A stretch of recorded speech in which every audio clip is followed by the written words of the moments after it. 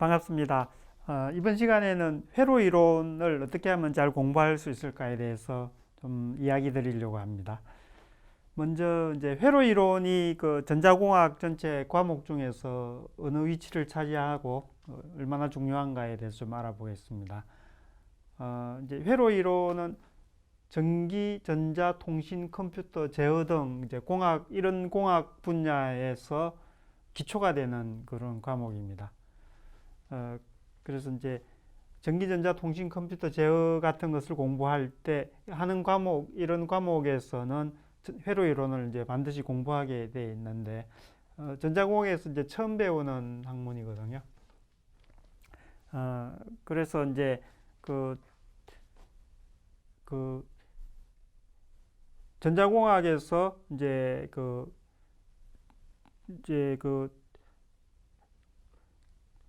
처음에 이제 4년제 같으면 처음에 이제 그 교양 과목하고 이제 교양 과목이 끝나고 나면 전공 과목을 하게 되잖아요. 전공 과목에서 이제 처음 배우는 게 이제 전자기학하고 그 회로 이론인데, 이게 이제 학문이 어떻게 발전되어 왔느냐로 보면 전자기학이 이제 먼저 더 베이스가 되는 학문이고, 회로 이론은 이제 전자기학이 더 발전한 학문인데, 이제 요 사이에 좀 간극이 커요. 간극이 크기 때문에 좀 차이점이 많이 납니다. 그래서 그냥 전자기학하고 회로 이론을 한꺼번에 같이 이제 공부를 하게 됩니다. 원래는 이제 전자기학을 공부하고 회로 이론을 공부하는 게 순서로는 그게 맞는데요. 이제 요 다음 페이지에 좀 그 이유가 나올 겁니다. 그래서 그냥 두 개를 같이 공부해도 된다. 회로 이론이 이제 이렇게 예를 들어서 이제 그 컴퓨터 공학이라는 이런 이제 그 과목을 공부한다. 그랬을 때 회로 이론이 차지하는 위치가 어떻게 되냐면, 이제 발전 단계로 보면 물리학이 이제 가장 기본이 되겠죠. 물리학에서 이제 전자기학이 이렇게 여기 전기와 자기 부분이 발달한 게 이제 그 전자기학이고, 전자기학에서 또 어떤 제약이 막 가해져요. 이럴 때 그때는 회로 이론을 그냥 적용을 해도 된다. 그렇게 이제 회로 이론이 나오고, 회로 이론을 더 확장시켜서 발전시킨 게 전자회로죠. 전자회로 중에서 이제 아날로그와 디지털 회로가 있는데, 전자회로 중에서 이제 디지털 회로 요 부분을 대해서 좀 더 깊이 공부한 게 이제 논리회로 이런 것들이죠. 이런 것들 더 깊이 한 게 디지털 회로가 되고, 이제 디지털 회로를 더 이제 확장을 해서 한 게 이제 컴퓨터 공학이 되겠죠. 이런 식으로 이제 쭉 흐름이 있는데, 여기서 이제 회로 이론이 나중에 이제 컴퓨터 공학을 하는데 이게 기초가 된다 하는 것을 이렇게 이제 설명을 할 수 있겠습니다. 회로 이론은 좀 전에 말한 것처럼 그 전자기학에서 어떤 제약을 이렇게 가해가지고, 제약이 있는 데서는 제약을 가하면 이게 이제 회로 이론을 할 수 있다고 그랬죠. 원래 이제 전자기학인데요. 그래서 회로 이론에 나오는 모든 것은 전자기학으로 풀면 다 풀립니다. 근데 회로 이론 이제 책을 보거나 그러면 전자기학을 쓰는 게 뭐 조금 있고 별로 안 써요. 그러니까 마치 완전히 이제 별개의 다른 학문처럼 보이는데, 왜 그렇게 하느냐 하면, 이 회로를 해석하기 위해서 전자기장 이론을 적용해서 푸는 것은 하면은 되기는 되는데, 복잡하고 고급 수학을 필요로 합니다. 너무 어려워요. 이렇게 회로 이론을 전자기학을 이용해서 다 풀라고 그러면. 그래서 어떻게 하느냐 하면, 회로 이론 책을 이제 뭐 교과서를 보면 이런 가정이 나옵니다.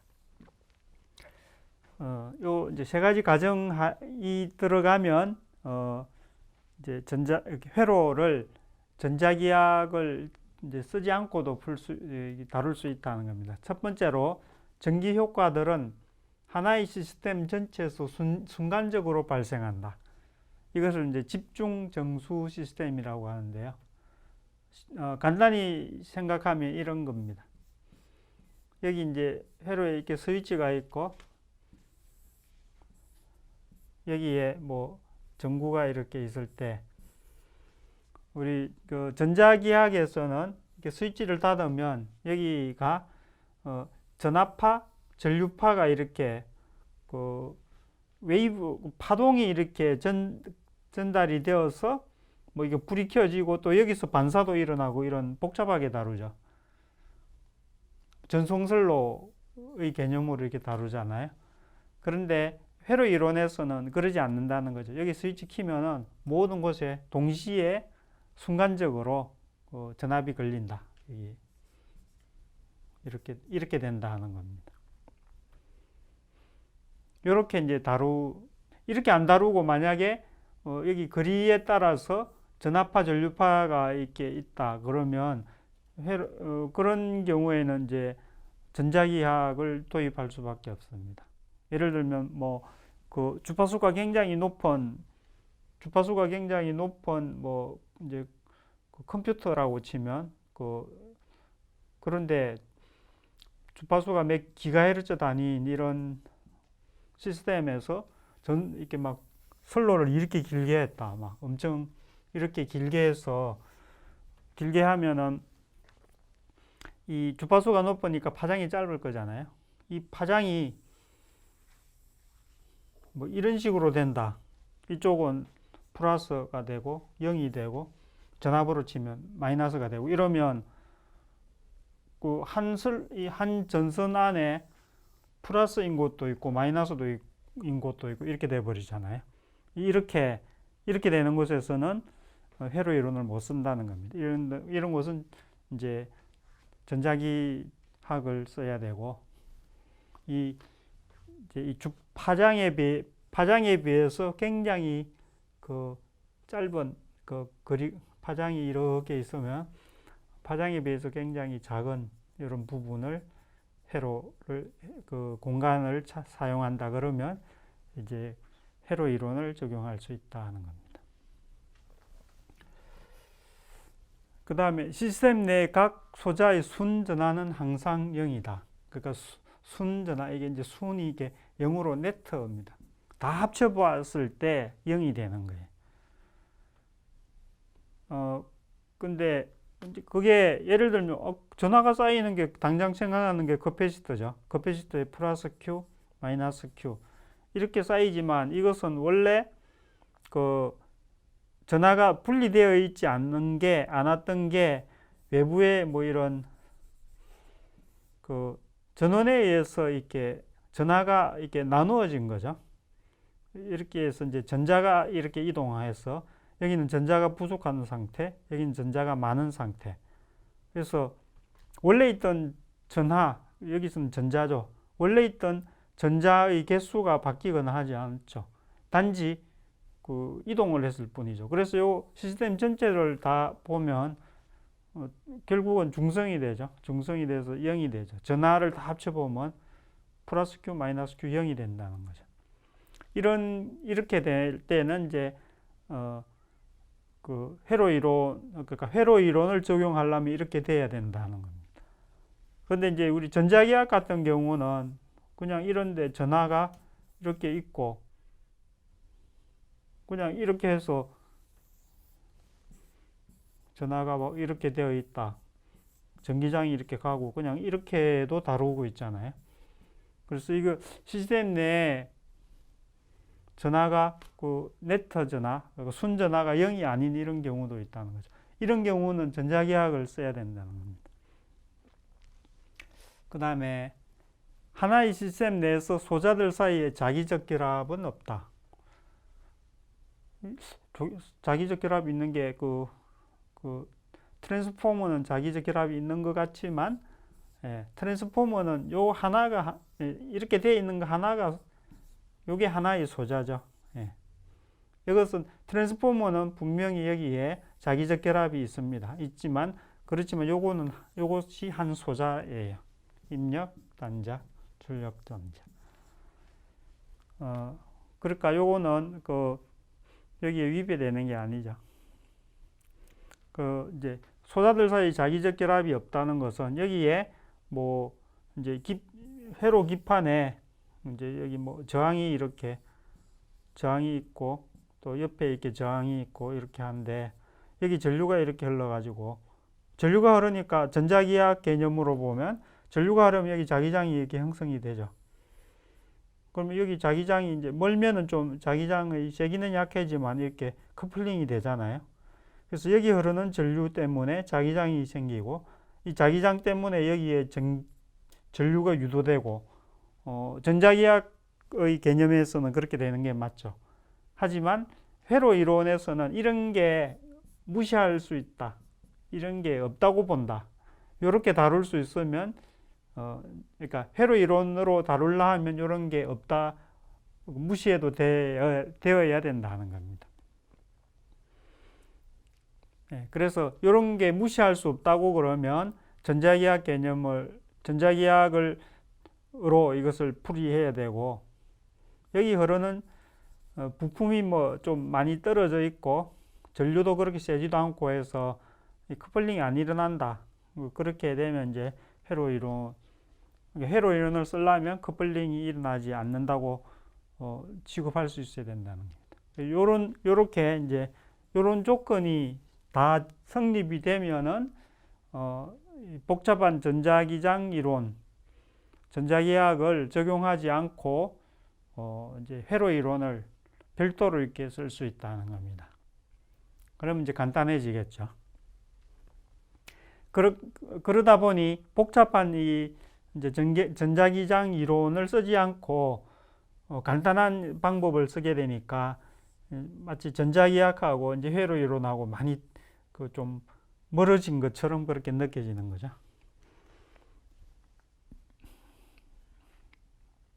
그 다음에 이제 회로 이론을 어떻게 하면 잘할 수 있는가 하는 방법에 대해서 알아보면 첫 번째로 이제 정의는 그대로 받아들여야 한다. 그 정의는 그렇게 정해놓은 거죠. 이렇게 하기로, 이런 것을 이렇게 하기로 한다. 그렇게 해놓은 것을 정의라고 하는데 학부에서 배우는 회로 이론은 이제 그 회로 이론도 전자공학의 일부죠. 요것들은 이미 그러니까 학부에서 배우는 전자공학 모든 다른 과목도 마찬가지죠. 회로 이론, 뭐 전자기학 그런 것들도 이미 이론이 정립되어 있는 것을 이제 학생들한테 가르쳐 주는 그런 거잖아요.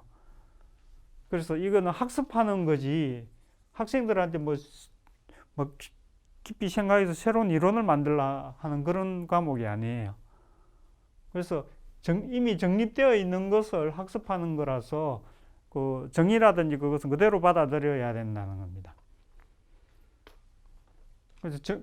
그래서 이제 정의를 무시하고 뭐 자기만의 이렇게 깊은 생각에 빠져가지고 막 새로운 이론처럼 이렇게 만들어 내어서 이제 그 질문을 하는 학생이 있는데 이야기를 하다 보면 서로 말이 막 안 맞아요.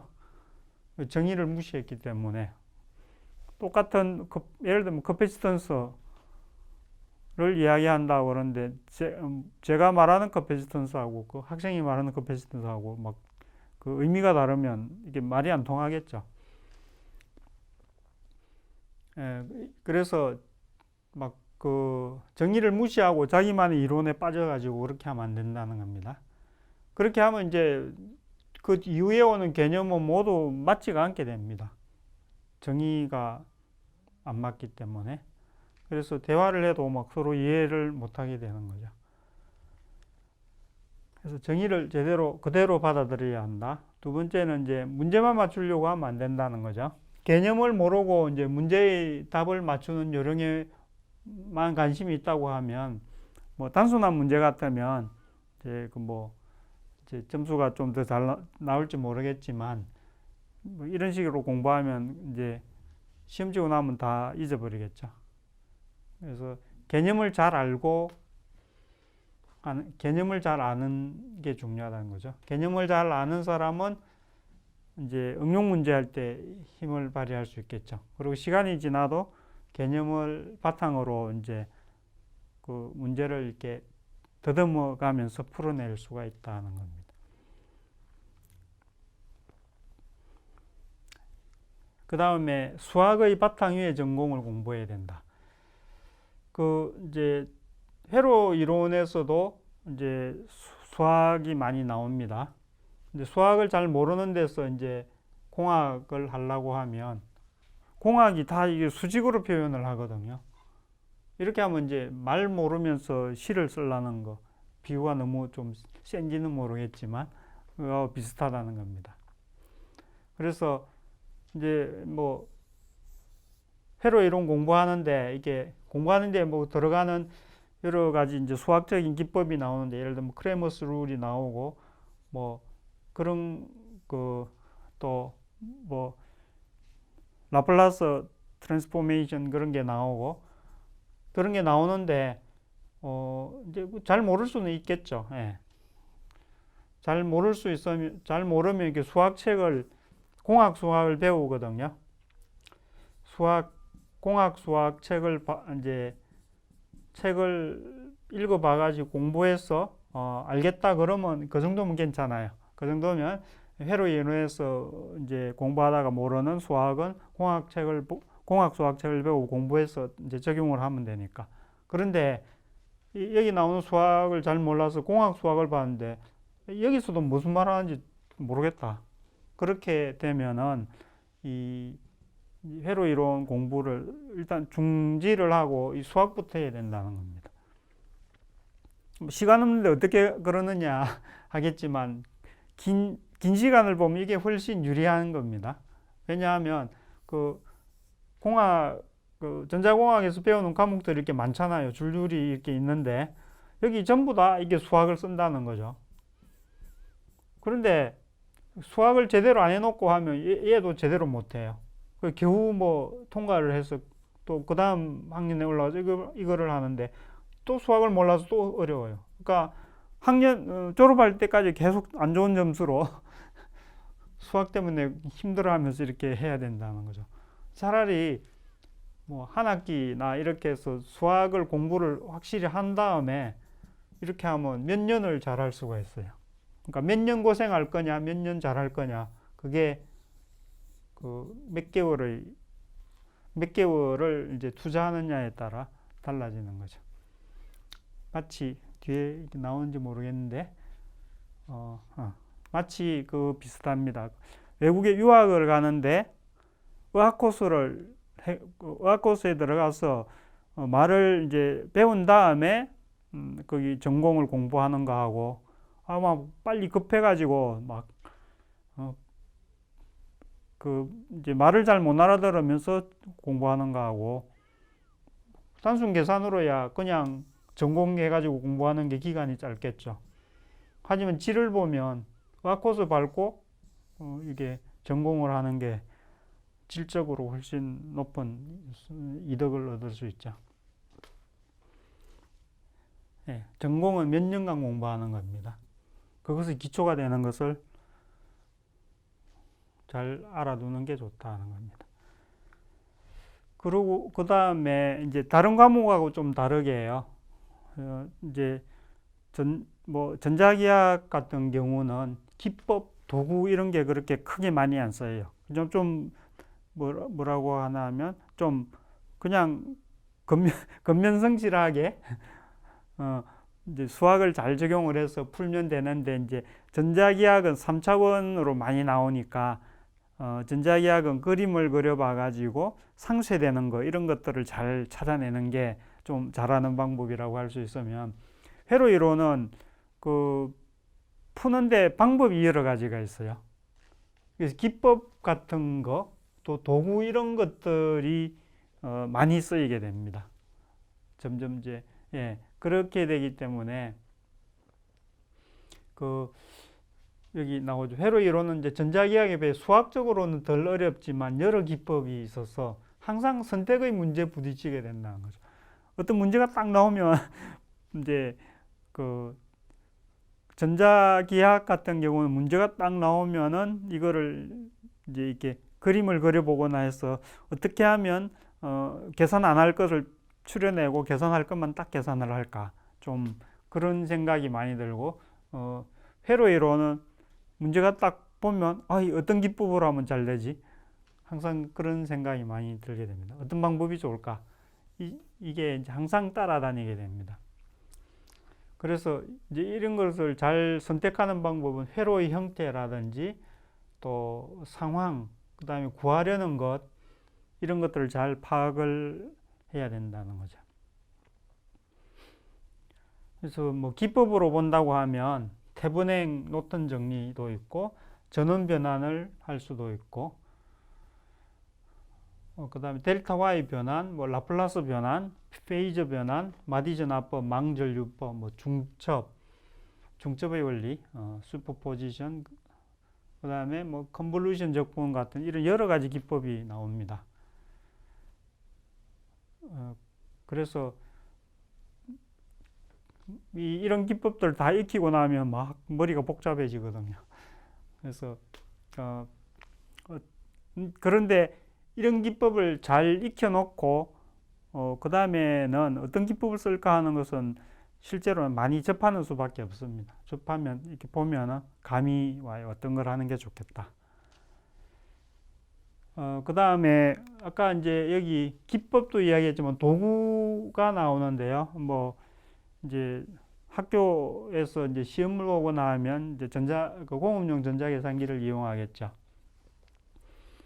그런데 이제 계산기도 어떻게 잘 사용하느냐가 중요합니다. 계산에 있어서도 펜으로 중간 과정을 적고 계산기로 간단하게 계산을 하는 거. 그러니까 이제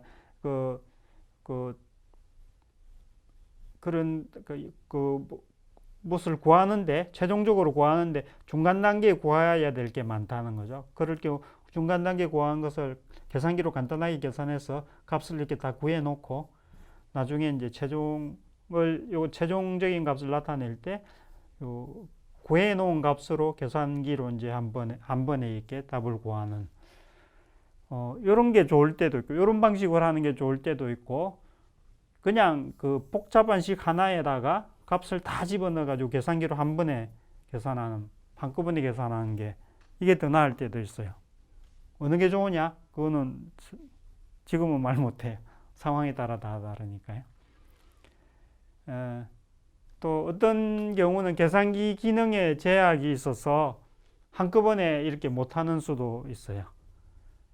그래서 자기가 가진 계산기의 성능하고 이제 어떤 기능이 있는가 그거하고 또 문제의 성격에 따라서 뭐 이런 방법을 택할지, 뭐 이제 계산기 기능이 그렇게 안 좋으면 이제 중간중간에 이렇게 구한 다음에 하는 게 낫겠죠. 예. 이것 결국 이제 해보면서 이렇게 익히는 수밖에 없습니다. 그래서 결국 많이 해보면서 자신이 가진 자원, 계산기나 또는 뭐 계산 능력으로 가장 효율적인 방법을 찾는 게 중요합니다. 그러니까 많이 풀어봐야 된다는 말이죠. 예. 그래서 이제 이렇게 해서 이제 뭐 전자기학하고 좀 비교를 하면서 설명드렸는데요. 전자기학은 3차원적으로 잘 상황을 잘 이제 그림으로 그려보거나 해서 상쇄되는 부분, 그런 것들을 잘 파악하는 게 좋고, 회로 이론은